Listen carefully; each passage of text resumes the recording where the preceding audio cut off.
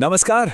ज्यादातर लोगों ने बाइबल के बारे में सुना है, उसे पढ़ा भी होगा, लेकिन क्या सबको ये पता है कि इसके कितने अलग-अलग वर्जन हैं? शायद नहीं।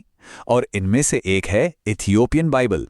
आज हम इसी प्राचीन और अनोखे ग्रंथ के कुछ रहस्यों से पर्दा उठाने वाले हैं।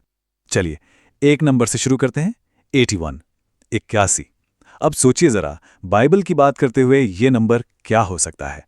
किसी चैप्टर का नंबर या किसी आयत का? नहीं, ये कुछ और ही है, और बहुत ज्यादा दिलचस्प है। तो ये जो 81 का आंकड़ा है, ये दरअसल इथियोपियन ऑर्थोडॉक्स बाइबल में मौजूद किताबों की कुल संख्या है। जी हां, 81 किताबें। ये दुनिया का सबसे बड़ा बाइबल कैनन है। जैसा कि आप यहां देख सकते हैं, ये कैथोलिक बाइबल की 73 और प्रोटेस्टेंट बाइबल की 66 किताबों से कहीं ज्यादा है।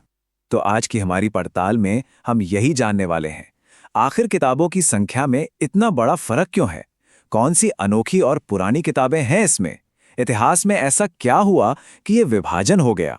और क्या ये वाकई बाइबल का कोई असली या सीक्रेट वर्जन है? चलिए, एक एक करके इन सवालों के जवाब ढूंढते हैं। तो सबसे पहले बात करते हैं किताबों की संख्या में इस अंतर की। और मामला सिर्फ 81 के एक नंबर से कहीं ज्यादा पेचीदा और गहरा है। यहाँ एक और दिलचस्प बात है। एक्सपर्ट्स इन 81 किताबों को भी दो अलग अलग कलेक्शंस में देखते हैं। एक है नैरोअर कैनन, जिसमें प्रोटेस्टेंट बाइबल की 66 किताबों के साथ साथ हेनॉक और जुबलीज जैसी बहुत ज़रूरी किताबें हैं। और फिर आता है ब्रॉडर कैनन, जिसमें 9 और किताबें जुड़ जाती हैं। ये ज़्यादातर चर्च के नियमों और शुरुआती चर्च के जो लीडर्स थे, उनकी लिखी हुई चीज़ों के बारे में है। तो अब सवाल ये उठता है कि ये जो एक्स्ट्रा किताबें हैं, ये आखिर हैं कौन सी? इनमें से कुछ तो ऐसी हैं जो वेस्टर्न दुनिया में लगभग खो ही गई थीं। चलिए, इन पर एक नजर डालते हैं।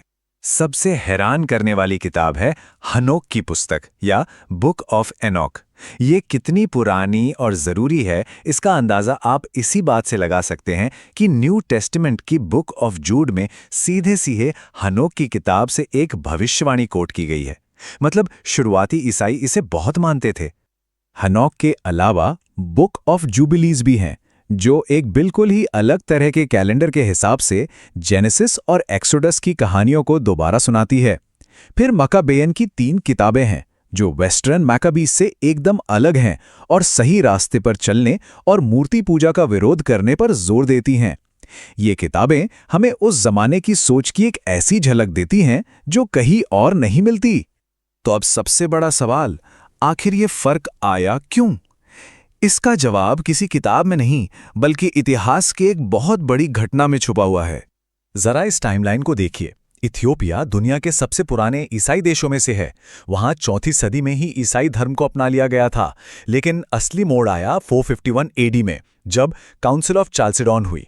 वहां एक धार्मिक मुद्दे पर इतनी बड़ी बहस हुई कि चर्च 2 हिस्सों में बंट गया, और यहीं से इथियोपियन चर्च का रास्ता वेस्टर्न चर्च से हमेशा के लिए अलग हो गया।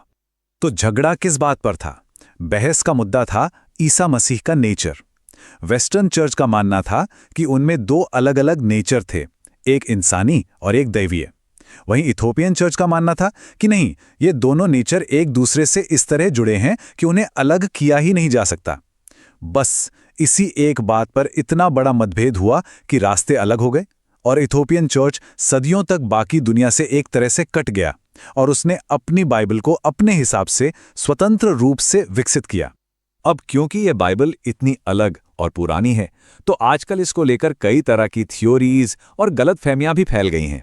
चलिए जरा इन दावों की सच्चाई भी परख लेते हैं। इंटरनेट पर यह सवाल खूब पूछा जाता है, क्या इथियोपियन बाइबल ही बाइबल का असली, ओरिजिनल या कोई गुप्त वर्जन है जिसे छुपाया गया था? इसका सीधा और साफ जवाब है नहीं। देखिए, ये सच है कि इसमें हनोक जैसी बहुत ही प्राचीन किताबें हैं, लेकिन ये कोई सीक्रेट ग्रंथ नहीं है। ये इथियोपियन ऑर्थोडॉक्स टेवाहेडो चर्च की सार्वजनिक यानी पब्लिक धार्मिक किताब है। इसमें कौन सी किताबें होंगी, ये फैसला किसी रहस्य से नहीं, बल्कि सदियों तक चर्च के अपने धर्मगुरुओं और बिशप्स ने मिलकर किया। और सच्चाई तो यह है कि बाइबल का कोई एक ओरिजिनल वर्जन है ही नहीं। अलग अलग ईसाई परंपराओं ने अपने अपने कैनन को अलग अलग समय पर फाइनल किया। तो चलिए, अब तक हमने जो कुछ भी जाना उसे फटाफट समेट लेते हैं और उन मेन पॉइंट्स पर नजर डालते हैं जो इन बाइबलों को एक दूसरे से इतना अलग बनाते हैं। तो इस पूरी कहानी का निचोड़ इन 3 बातों में है। पहला, किताबों की संख्या। इथियोपियन बाइबल 81 किताबों के साथ सबसे बड़ा कलेक्शन है। दूसरा, ऐतिहासिक अलगाव। 451 ईस्वी के उस बड़े विवाद ने इथियोपियन चर्च को अपना अलग रास्ता बनाने पर मजबूर कर दिया। और तीसरा, अनोखे ग्रंथ।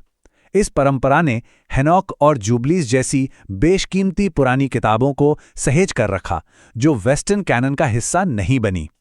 और आखिर में एक सवाल जो सोचने पर मजबूर करता है। इथियोपियन बाइबल हमें ये याद दिलाती है कि इतिहास हमेशा एक सीधी लाइन में नहीं चलता। तो सोचिए, ऐसी और कितनी प्राचीन कहानियां और इतिहास होंगे जो उन परंपराओं में आज भी जिंदा हैं, जिनकी तरफ हम कभी ध्यान ही नहीं देते।